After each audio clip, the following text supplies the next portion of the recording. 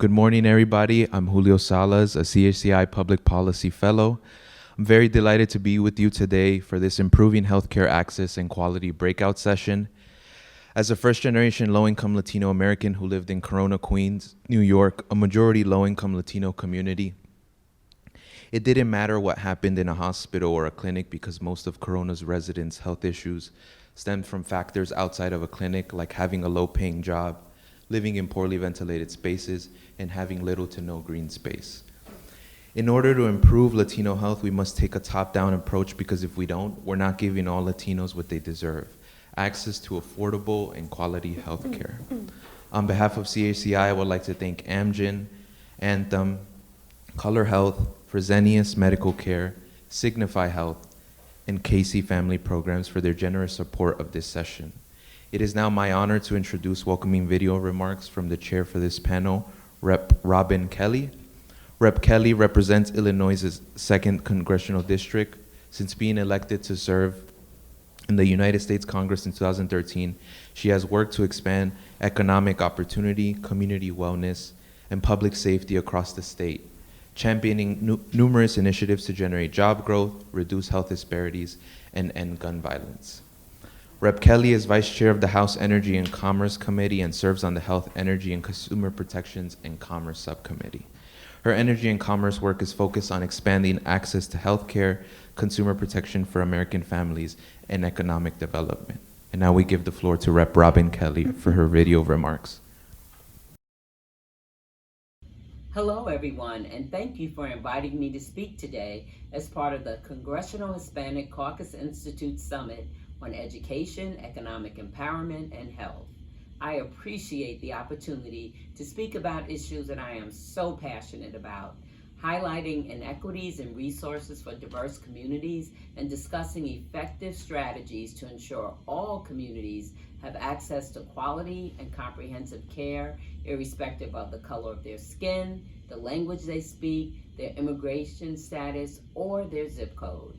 As chair of the Congressional Black Caucus Health Brain Trust and in collaboration with the Congressional Hispanic Caucus and the Congressional Asian Pacific American Caucus, I recently introduced H.R. 7585, the Health Equity and Accountability Act, or HEA. HEA is the only legislation that directly addresses the intersections of health inequities with race and ethnicity, as well as immigration status, age, disability, sex, gender, sexual orientation, gender identity and expression, language, and socioeconomic status. Some of the specific provisions of HEA relevant to the themes of this CHCI Summit include ensuring access to culturally, linguistically, and trauma-informed medical and mental health care across the lifespan, investing in recruiting and retaining a diverse workforce, removing barriers to care based on immigration status, targeting high-impact minority diseases, defining racism as a public health issue, and establishing environmental justice grants. HEA is a very large bill, coming in at over 1,800 pages, and there is an entire section dedicated to improving healthcare access and quality.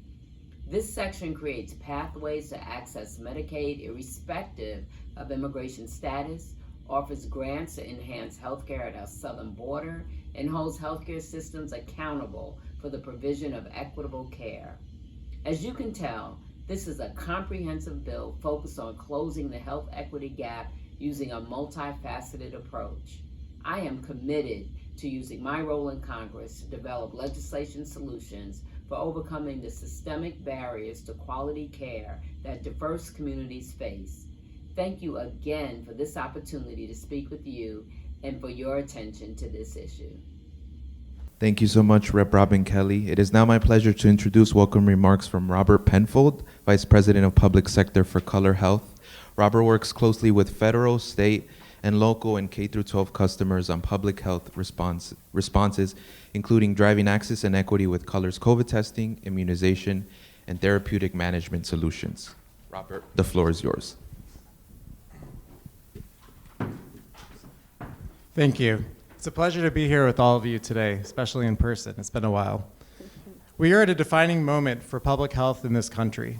After more than 2 years of the pandemic, that has put a bright spot on the inadequacies and inefficiencies of our existing healthcare infrastructure, we are trying to emerge into a new normal, and we have an opportunity to create a better and healthier system.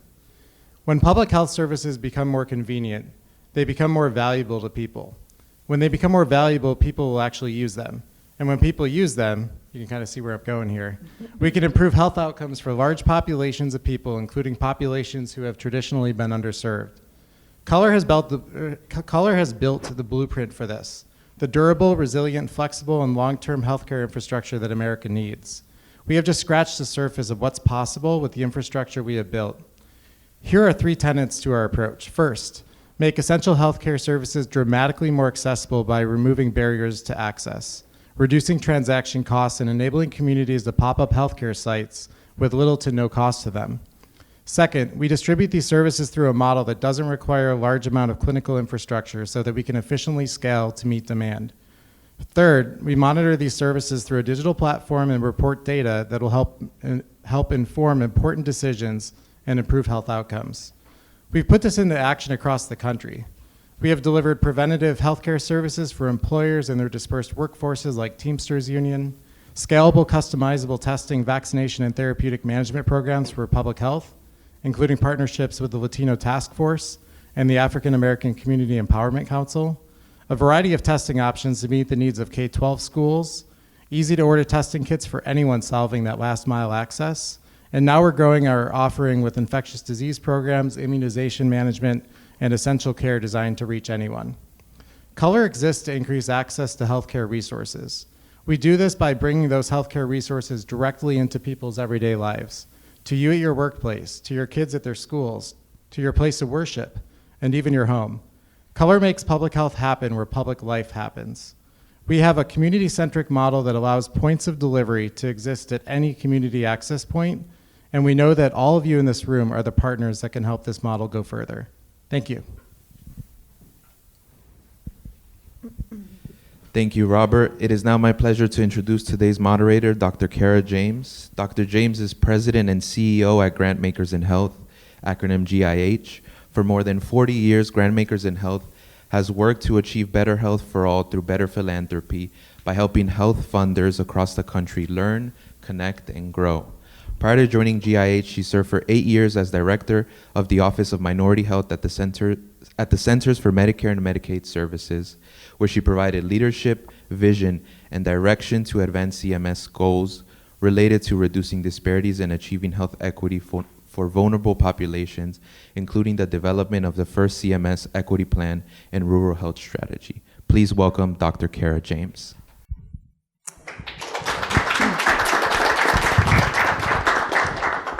Thank you, Julio.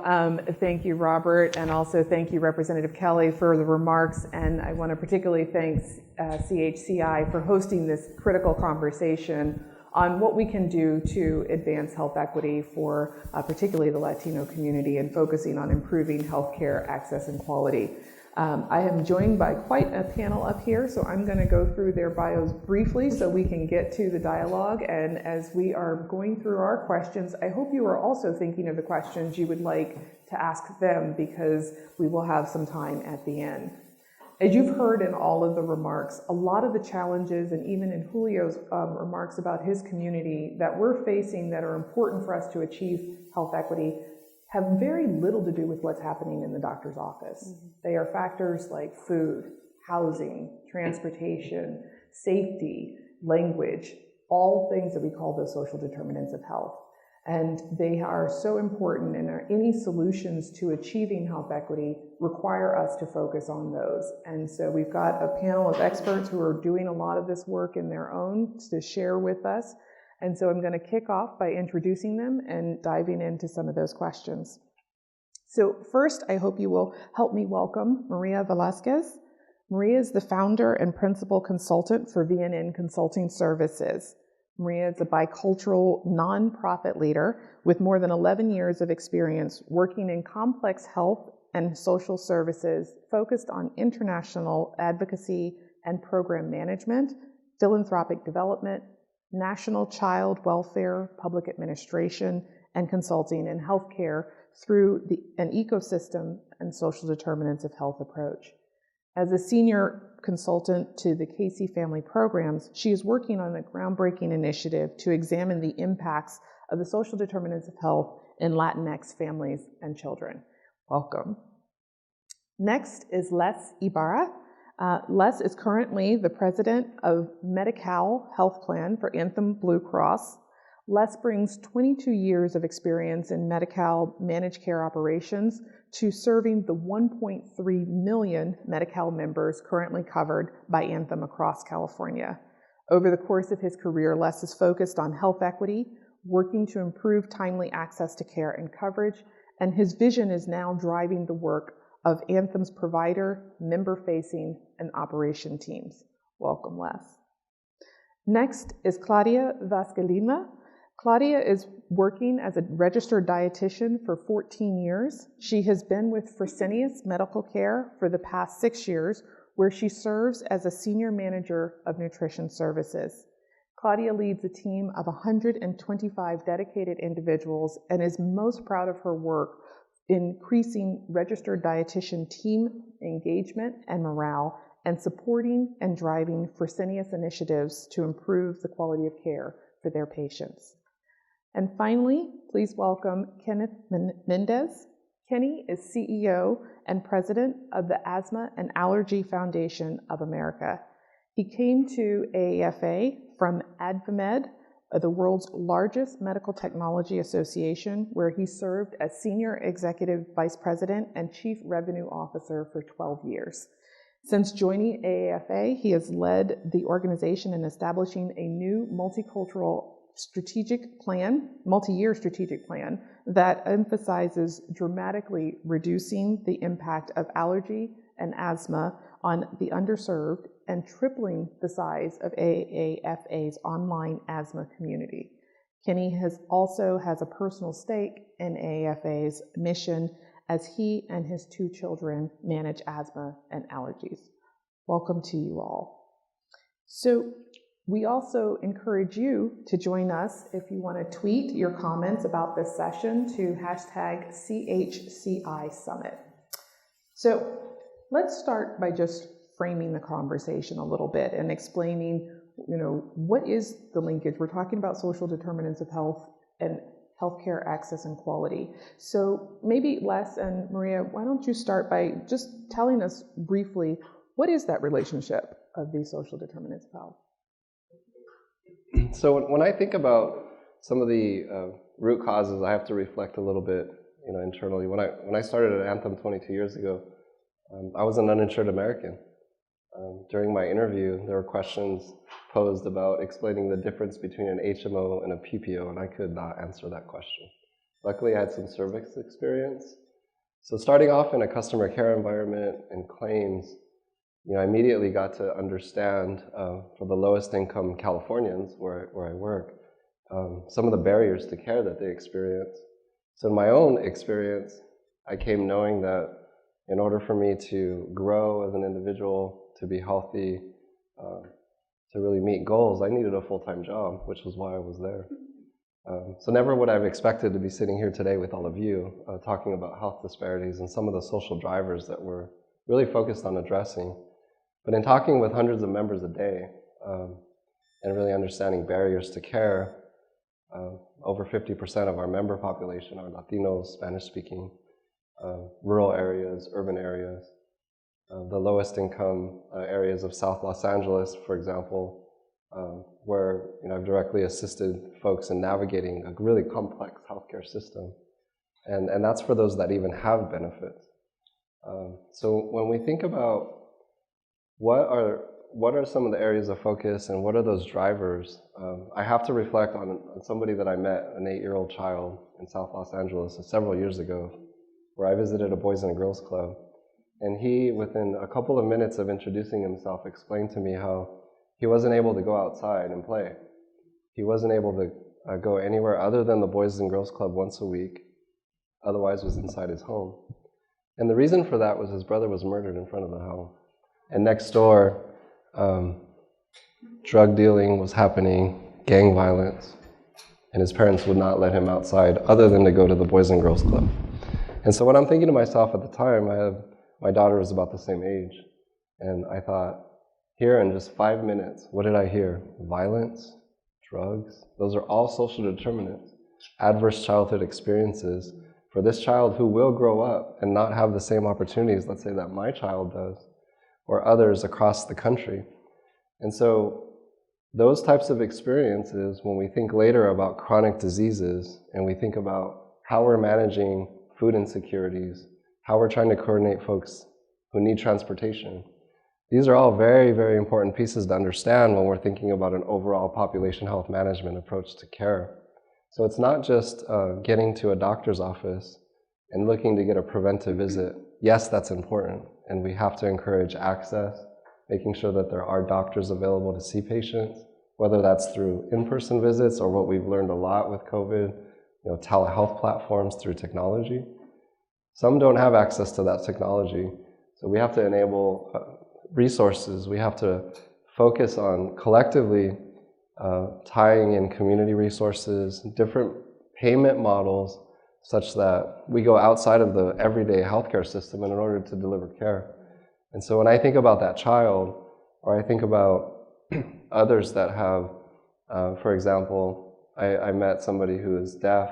We had enabled a tele-interpretation service, and this woman got a well-woman exam through a tele-interpretation service.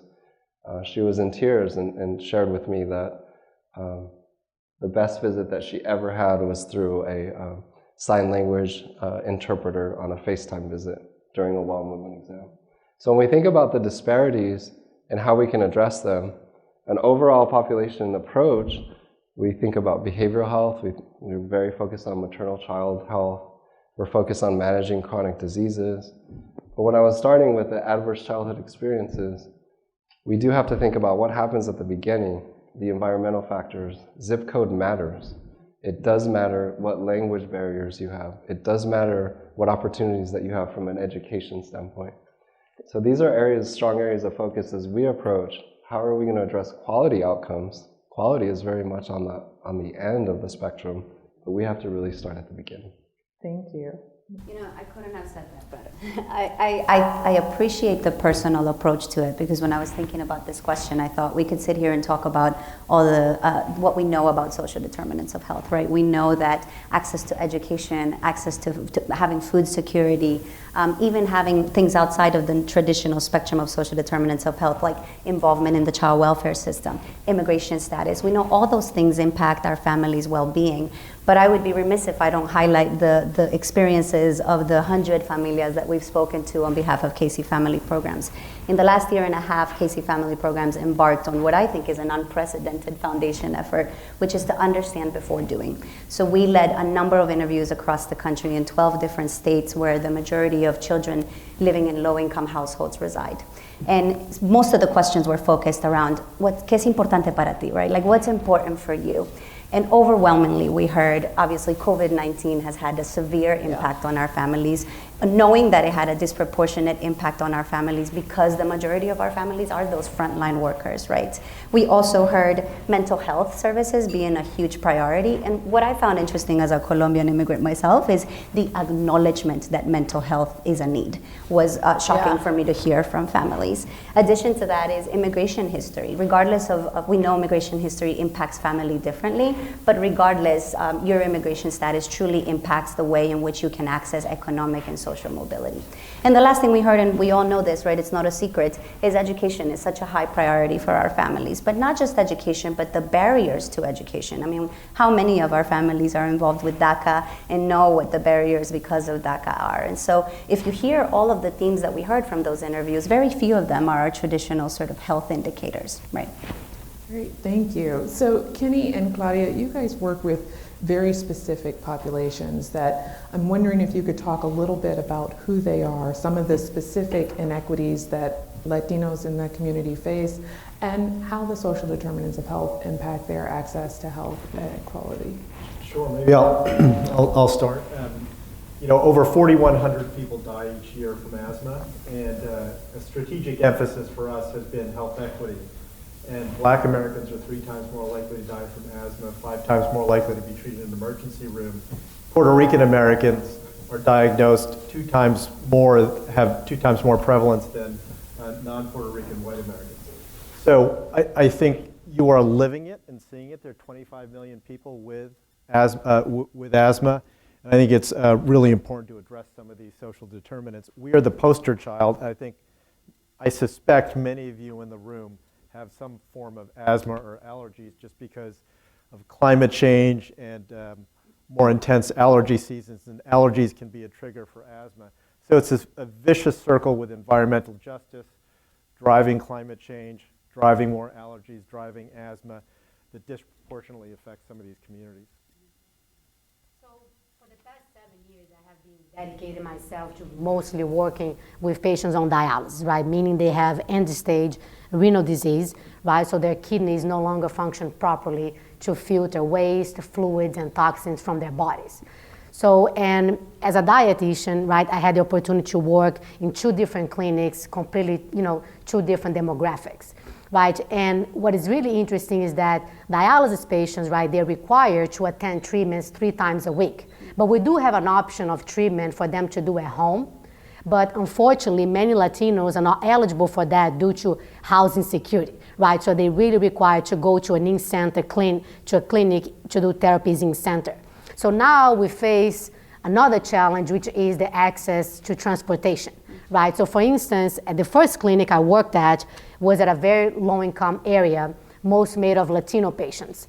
And many of those patients they struggle with food insecurity, housing security, lack of access to transportation, medications, right, dental health. And because of that, many of them had poor health outcomes and higher hospitalization rates. So now you picture a patient that is scheduled to come to treatments, right, Monday, Wednesday, Friday. So that patient comes to treatment on Friday and needs to come back on Monday, right? So during the course of the weekend and Monday morning, let's say, the patient is building up, right, the fluid, the toxins, and the waste because the kidneys cannot excrete that. So on Monday, the patient needs to be there in order to remove that. So now the patient doesn't have access to transportation, cannot make it to treatments. And on top of that, that patient also has food insecurity. So it's mostly consuming, right, fast food, high sodium foods that add to the fluid overload. So because of this scenario, depending on each patient, of course, many of those are likely to be hospitalized because they need their treatments in order to survive. So on the contrast, I work at another clinic that was at a high income, area. And basically those patients did not struggle with the same obstacles, right? They had access to transportation, so they're likely to make it to treatments, right? They had access to a healthier diet. They also had better outcomes and also a better chance of getting a transplant. So this example really illustrates, right, how access can really impact health outcomes of Latino patients. We talk about Latinx and Latino communities as though they're sort of monolithic, but we know there's so much diversity that is captured in these broader racial categories. And, even just each of your stories and everybody up here represents some of that diversity. And I'm wondering if we could talk a little bit about what that diversity looks like and how we see some of those inequities playing out within the Latino community and what we can do about that. I'm happy to kickstart us. I know we were having this conversation. I think that is a spot-on question. I recently did an educational session for Casey Families Program's Board of Trustees. And again, unprecedented of them, they really wanted to know more about who are we, who is the Latinx community. And I started it with 2 heavy disclaimers. One is understanding is just as important as doing, right? And the second is that any attempt to describe any group, especially one as diverse as those referred to as Latino, Latinx, or Hispanic, is a dangerous proposition, right? We are not a monolithic group. Even in the way in which we earn, right? So U.S. Census has told us that Argentinians make about $68,000 a year, which is about $20,000 more than the average Latino household income of $49,000. On the adverse of that, you look at Hondurans who make about $8,000 less than the national average. And so we're just talking about economics. We are also a people who come from a history of being colonized, right? And so we were colonized by the Spanish through a racial caste system that today still impacts the way we are received as Latinos. Colorism and racism is real. I am a Colombian immigrant. I'm a political refugee. And my experience in the United States was different because of the color of my skin. And so if we are not taking into account the experiences and how they differ based on our color and based on our country of origin, you're not really understanding as well.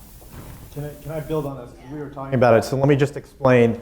Mendez is Filipino, because people have asked me, why don't you speak Spanish? But the Spanish colonized the Philippines, and they did not teach the natives there Spanish. And then the Americans came in and they introduced a school system, and then they introduced English. And that's why many Filipinos speak English and why I don't speak Spanish. But with respect to asthma, and it's Asthma and Allergy Awareness Month, May is, in addition to being Asian Awareness Month, so I'm checking both boxes here, and I have asthma. But it's a very heterogeneous disease. In other words, it differs, and you can't just lump it all under Hispanic.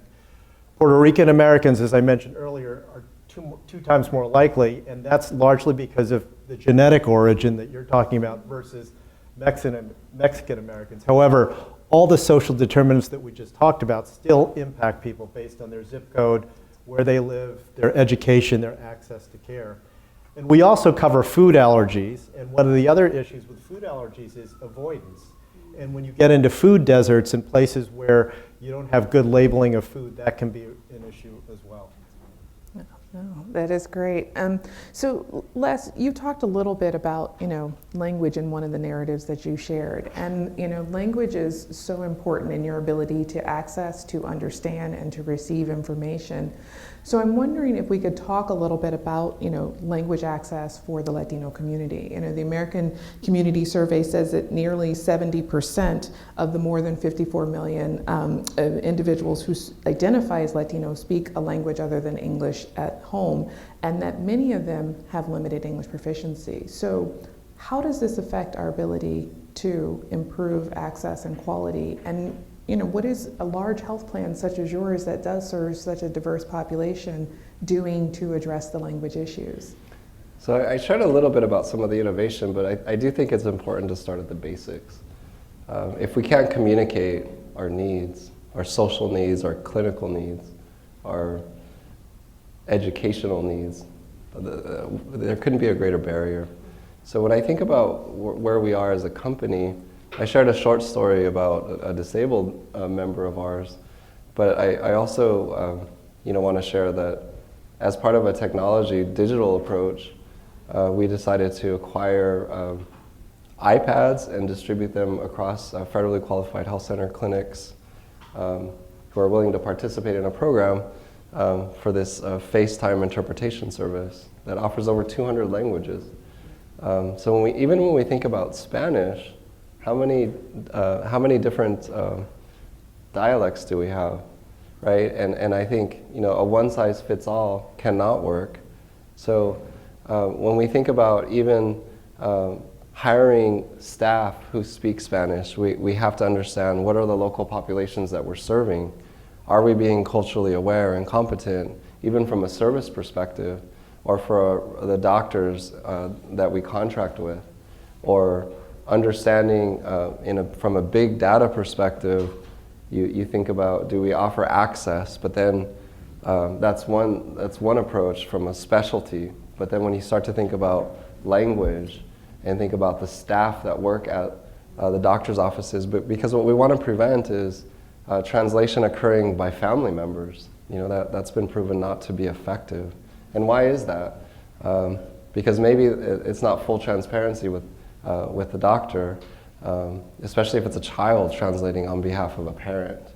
And so it may not be painting the full picture when we think about the preventive services that are needed, when we think about preventing hospitalizations, some of it being diet related. I have direct experience with this. And think about the burden on the youth themselves as they are burdened with translating and interpreting. They're not going to oppose what their parents are saying, that I eat chicken breast and salads, when the truth is that may not be what's happening. Try telling that to your mother. With their diabetic parent. And so we have to come up with solutions, whether that be digital, whether that be FaceTime types of visits where the technology is embedded in the doctor's office, or providing that in the palm of someone's hand.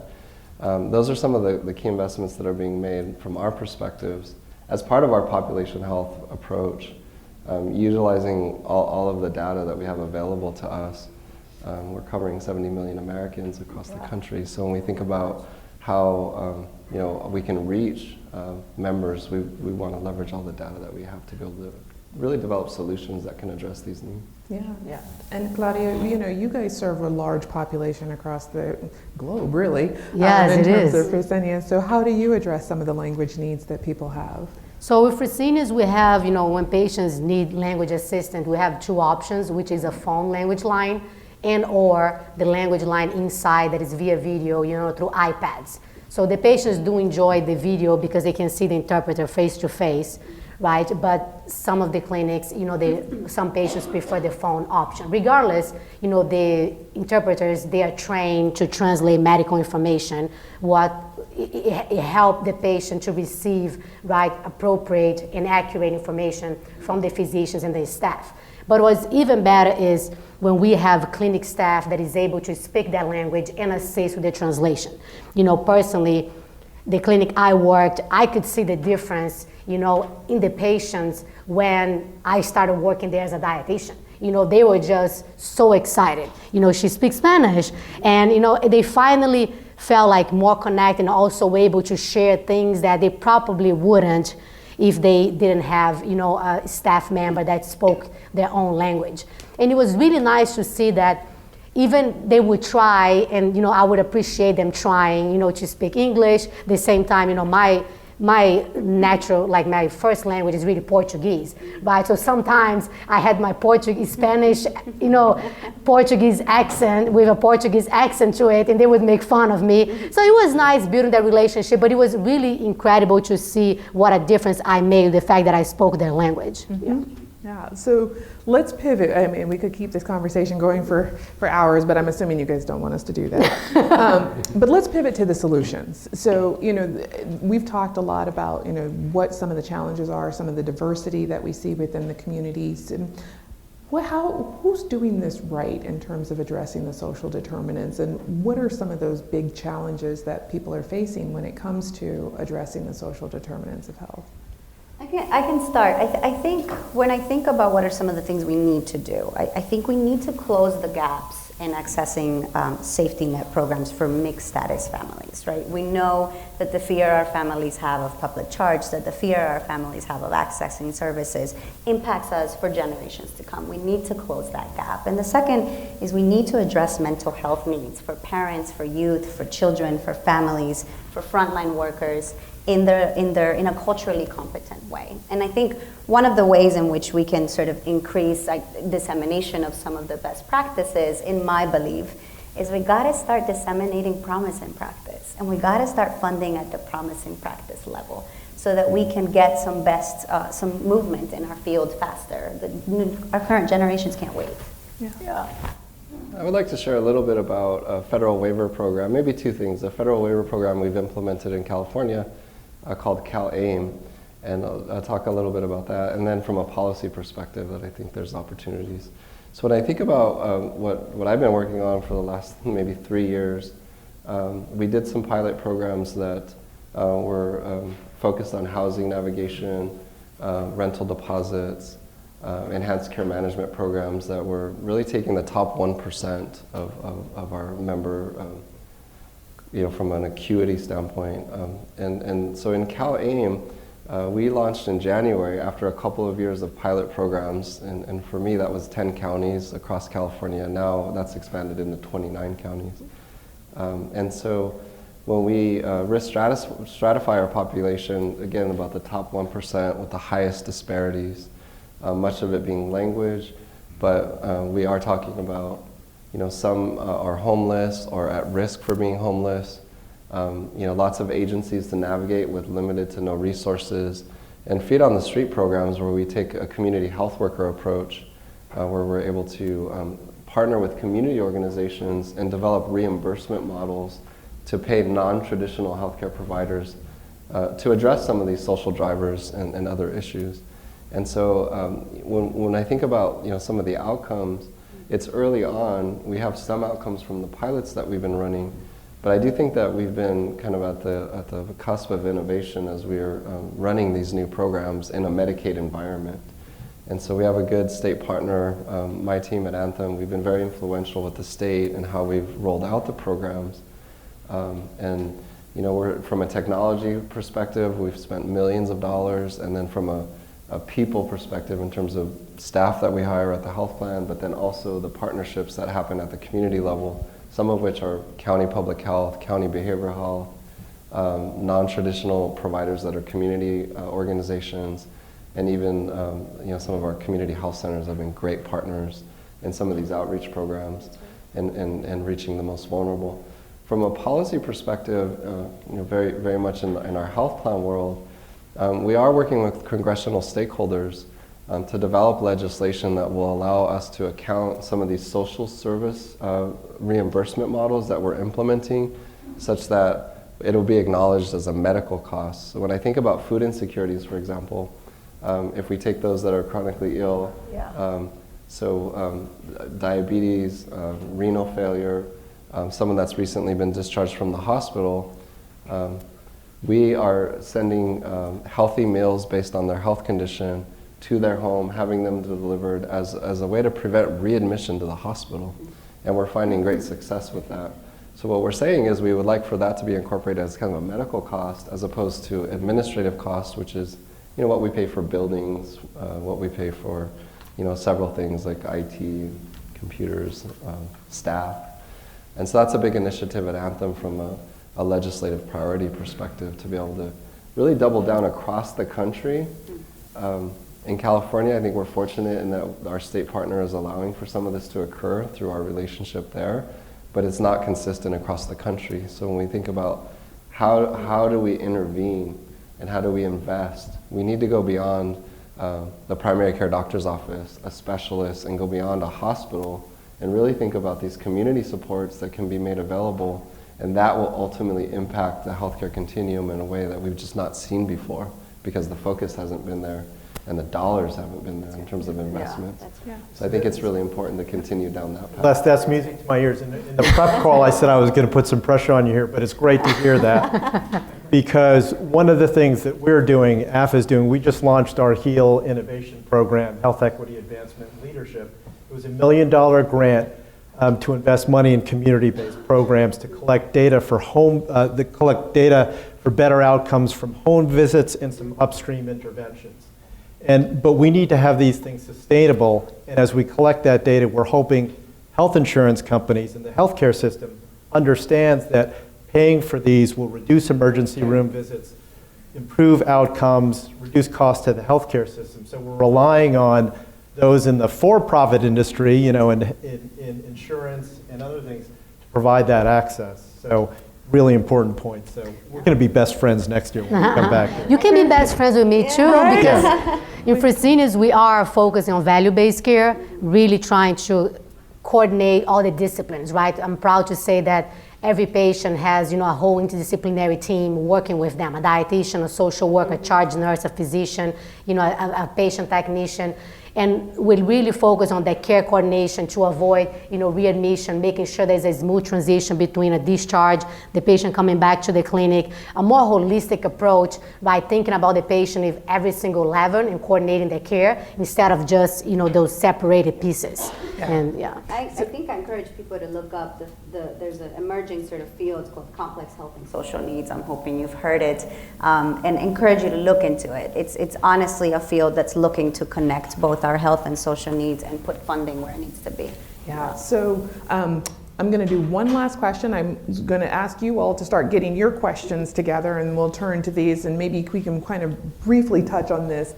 COVID has highlighted so many challenges. As Robert talked about in his remarks, public health, we have our health care, our social needs, and when we're talking about putting together these complex systems of care, and even just, the medical team that you're talking about, well, I shouldn't say medical, but because you have social workers, dietitians, nephrologists and everything for kidney patients, how do we create a more diverse and culturally competent workforce, particularly when we think about the Latino community, where we have, unfortunately, a college graduation rate that's 25%, and yet everyone during the pandemic has hired a health equity person, hired a diversity, equity, and inclusion person. But how do we do this? How do we increase the diversity of our health and public health workforce?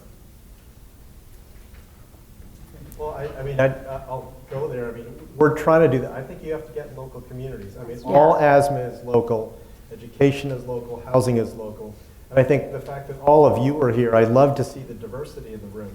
And I think we have to go out there back in our communities and try and educate our communities on what they can be doing and fighting for state-based policies and federal policies to improve education, improve access to health care, improve all the things that everyone's been talking about here that impact health equity issues. Yeah, I was recently interviewing a CHCI board member for this Latinx framework, and one of the examples he used is he said, if you really want to have us at the table, let's call things out for what they are. Sometimes he raised the bar a little higher for us. And so it was interesting that he raised it and gave an example of a meeting he had of investors in his past. And there was a group of white males who presented a project, and they had about 5 bullet points to follow up on.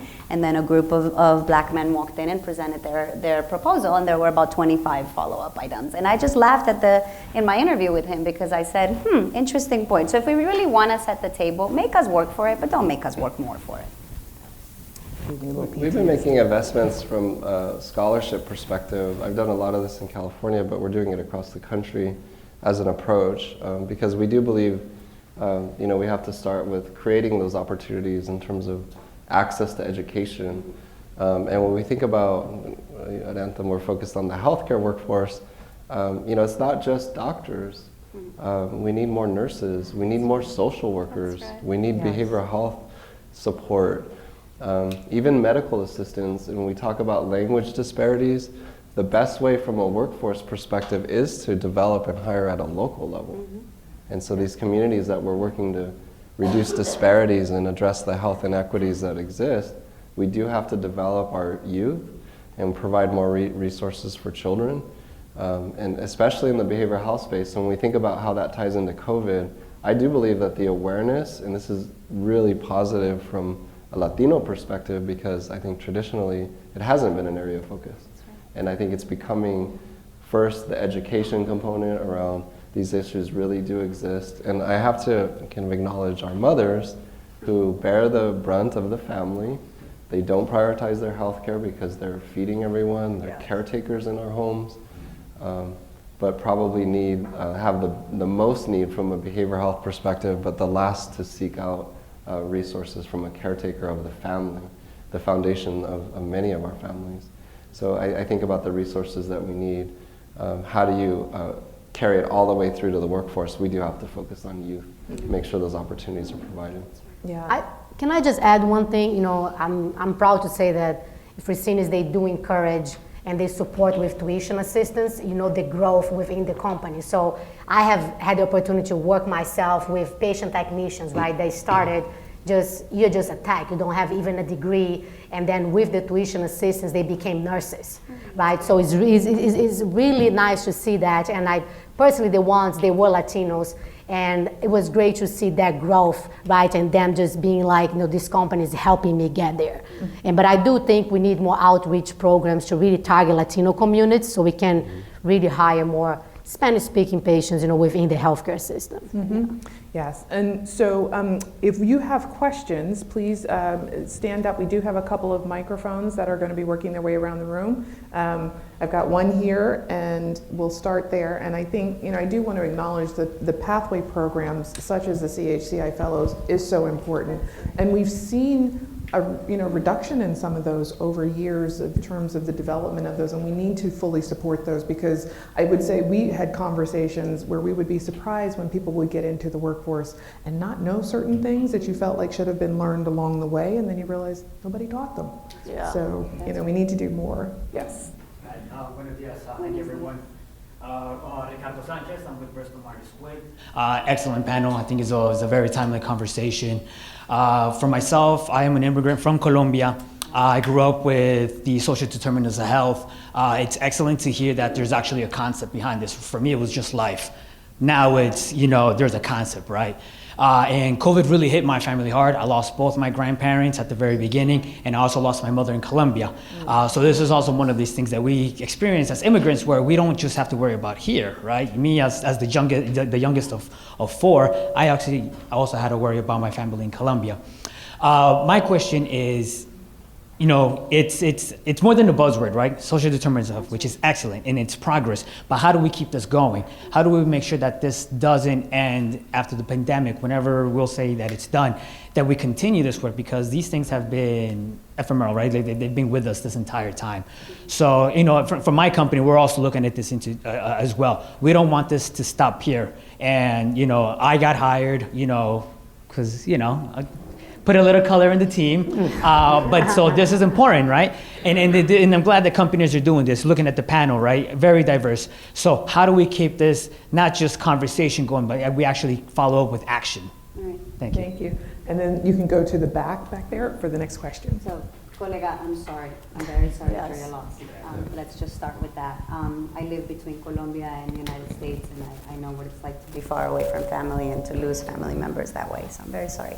I think one of the ways is you're in the room and you make sure you stay in the room and you make sure you bring friends, right? Because when you have diverse numbers of us, we bring perspectives that are different, right? If you have all of us in the room, we cover a lot more. So one is you hold on to that seat and you open up seats for the ones next to you.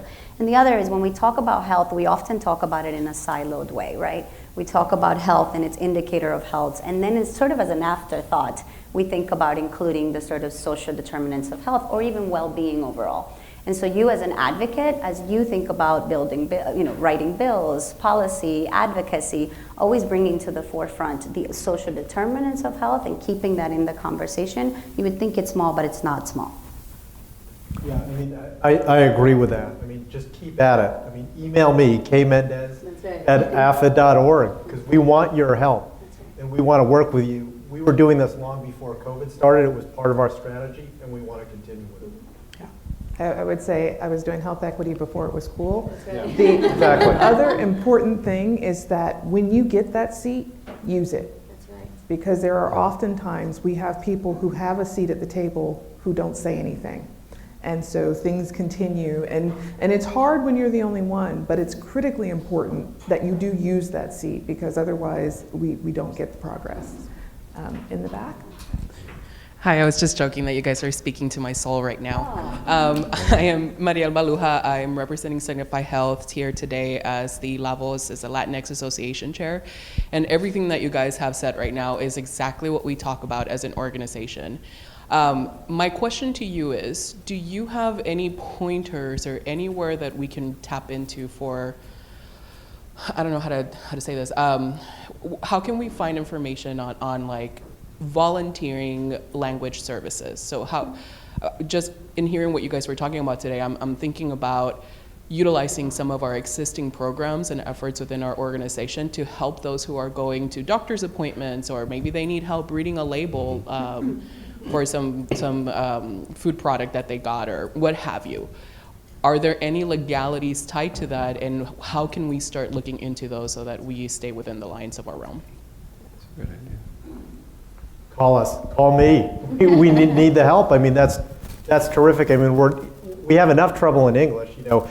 We're trying to get health literacy at the 5th grade reading level, but certainly in other language, we always need help with translation. There are always new treatments out there, and making sure that the community is educated is really important to us, so we can definitely use the help. One idea, and I don't know that I can navigate the legalities, but when I think about the community health centers in the local community health centers, might be a good way to start. When I think about uninsured Americans, typically are able to access care at a sliding scale and a reasonable price. But those that are on Medicaid, so from a local perspective, those community health centers might be a good partner to be able to help navigate for those that come in and have some challenges. Yeah, and don't reinvent the wheel, right? We know the promotoras model, we know has worked well. We used our own community members to help educate other community members. Right. So you have the workforce there, you have the passionate people there. It's about empowering them to help you provide services. So I'm going to take one more question. I'm going to ask you guys to prep your closing remark. And the other thing I would add is, there are a couple of things. There's and I'm blanking on the actual organization, but you've been working with your corporate responsibility team to also consider having certified interpreters, that they can get that certification. So it's actually not just volunteering, but has the potential to be an income booster as well, because they can get that. But that's that certified telehealth interpretation services that they can get, and then it makes it easier to navigate some of those relationships with the nonprofits in your area. But you can work with your corporate responsibility team as well, who can help identify where there may be opportunities to get reimbursed for that as well. One last question here. Oh, we got two. Uh-oh, real quick. I saw the lady first. Thank you. Hello, my name is Madison West. I'm from Trust for America's Health, and I work on social determinants health based on the public health perspective, so particularly interested in the work that CDC is doing. It's really exciting. I've also similarly just always grew up with social determinants of health, but I thought I was just being poor. So I am excited that a broader swath of partners are engaged in this effort. My question is, people change insurance, contracts change, people go into different plans. How can we make sure that our partners with sort of those sustained resources can invest in the communities so that regardless of where someone goes or what insurance they're on, they are always having those resources to improve the community health? That's a great question. Yeah, I think community health investments is a major, major question. And I always felt that, health access is a community problem. When we think about hospitals, health plans, community organizations, it does require a collective approach. I think it's first, doing those community health assessments to identify what those disparities are, identify the problem, and then work at a local level to solve them. And understand, what specifically where the funding would go, and what impact will it have, and measure that impact, and do that on a regular basis, every year, every 3 years. But I think that is a very important problem to solve across the country, and it's a very local problem. And when we think about resources at a national level, I think collectively having that approach from a community health needs assessment standpoint, and then working at a local level. Yeah, and I think there are a number of people who are kind of looking at those community health needs assessments and how they can be strengthened to build some of those partnerships with the health systems and the community groups. Philanthropy really is focused a lot at this point on building capacity within community and how we do that community engagement and empowerment. So thinking about some of the local regional funders, there may be community trusts that are in the area that are also looking at working at that capacity. But I would expect to see that this continues as people are really trying to think about what is that infrastructure, because we've heard in the health space, doctors and others who are afraid to ask a question about food insecurity because they don't know what to do. So what do you do with that information? So I think we're seeing more people who are understanding the importance of building that capacity so that you have somewhere to go with that. And the health plans are being incentivized to do this now because they get the Medicare Advantage needs pieces. Okay. Can I ask the last question of our individual, or am I gonna? Okay, I got the nod. We'll take the gentleman, he's right here. Good day, I'm Brian Stone. I'm Vice President of Federal for Unite Us. We're a health and social service technology company founded in 2013 by veterans, set out to do this work to connect communities in health and social care. Question I have is that, leveraging intelligence is really critical. And there's so many different entities out there that have a lot of great capabilities, from technology to infrastructure to people that are embedded in the communities. My question really has to do with what kind of innovations would you all like to see come forward now? Because this conversation for social determinants of health isn't going anywhere. The reality and the impact of COVID, we really haven't seen that impact. It's going to be multi-generational, honestly, and we're just getting started. So as a technology innovator and companies that are just really strive to do this work, what can we bring forward to help you in this mission? Thank you. I have to comment about a multicultural approach. When we think about technology, and then it's the implementation, it's how do you engage.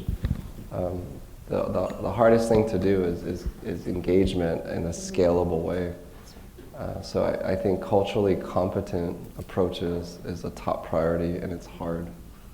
It's really hard, especially as we connect to community resources. And so I think having that cultural competency that ties right in, so when there's a need established and there's a resource asked, how can we explain and communicate in a culturally competent way and connect to resources in a sensitive manner? So I think that's a top priority. Even though there are resources available, it doesn't mean people will accept them. And how do you reach people, and how do you do so in a way that they will accept the resources? And I think that's really hard for all of us. I appreciate that question. I'm very familiar with United, so you guys do great work. And in a former job, I worked with Camden Coalition of Healthcare Providers, right? And so a lot of our effort and focus was on figuring out how do we do health information exchanges correctly, right? And how do we do that in a way that allows us to provide wraparound services for our community in a culturally sensitive way. So I think that's one. And I think another one is what we noticed in COVID is our families became much more tech savvy as a result of COVID, right? And so how do you meet that new learning curve with technology that allows us to have more access to medicine via telemedicine or whatever it may be? We can't miss that learning curve that we suddenly took on. Maybe some innovation really focused on preventive care, right? I think that food is medicine, and unfortunately our food supply is not moving towards, healthier foods, right? Every day I feel like I go to the grocery store and there's a new package, right? A patient asks like, oh, there's a new product, can I eat this or can I not eat that? But unfortunately, the amount of unhealthy foods definitely outweigh the amount of healthy choices, and the cost plays a huge role, especially among the Latino population, right? And I think with the food chain the way it is, unfortunately, our future, we're really gonna see more diabetes, more chronic kidney disease, and all the other conditions, right? Asthma, allergen, etc.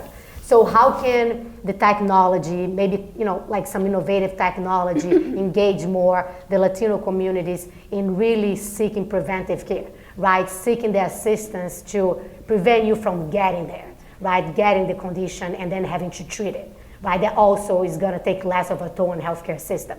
So that would be great. Like, how can we engage the technology now that everybody's more tech savvy, right? And really use that as a tool. Okay, so I'm gonna make my closing and give you guys the question while you think about that. But really, and that actually was a perfect segue. So what is the one thing you want people to walk away from this session knowing and doing as it relates to improving access and quality for the Latino community?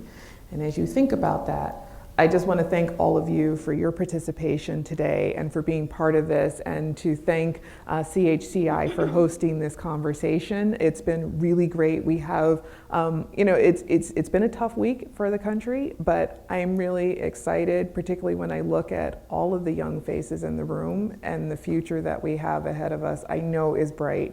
It is something, the social determinants of health, we are going to be dealing with. They'll be renamed social needs, health risks, whatever we call it, but we will be living with those and addressing those as we move forward to the future. And it is critical that if we are going to make meaningful progress in achieving health equity for Latinos and everyone who is underserved, we have to deal with these issues, and we can't do them in silos of just health or just education or just finance even, so how we work together.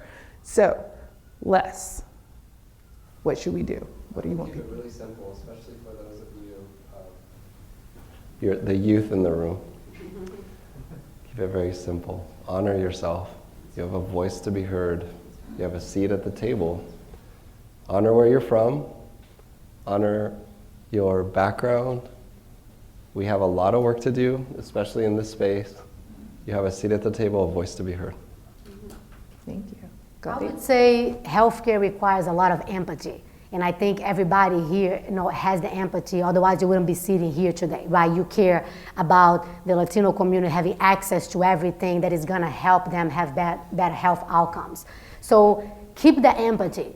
Sometimes we get into a place that we run out of it because we are frustrated, disappointed. Go back to your passion, right? What motivates you to keep advocating for this? So just stay in that place. Yeah, I would say, I've heard this a few times, but it resonates with me every time. There is nothing about us without us. And so make sure that when there are changes that are going to impact our community, you get yourself at that table and you inform those changes that are going to impact our communities. And you know, we can't presume to know the needs of our Latino community without having our people in leadership, without having our people at the table, and without having our people equally heard and paid. So make sure that happens. Maybe I'll wrap. We can't do this alone, and you're all in the room here for a reason. Email me. You know, we're part of this. We can do this. You can make a difference. Thank you. Thank you. So Kenny, Maria, Claudia, Les, thank you so much for what an exciting conversation. I hope you all will continue tweeting and talking about this at #CHCI Summit. The all-important lunch is in the gallery that way, I know, and Claudia's going to be watching what you eat, so make sure you make healthy food choices. But again, thank you so much. It's been my pleasure to be part of the conversation, and I look forward to meeting again.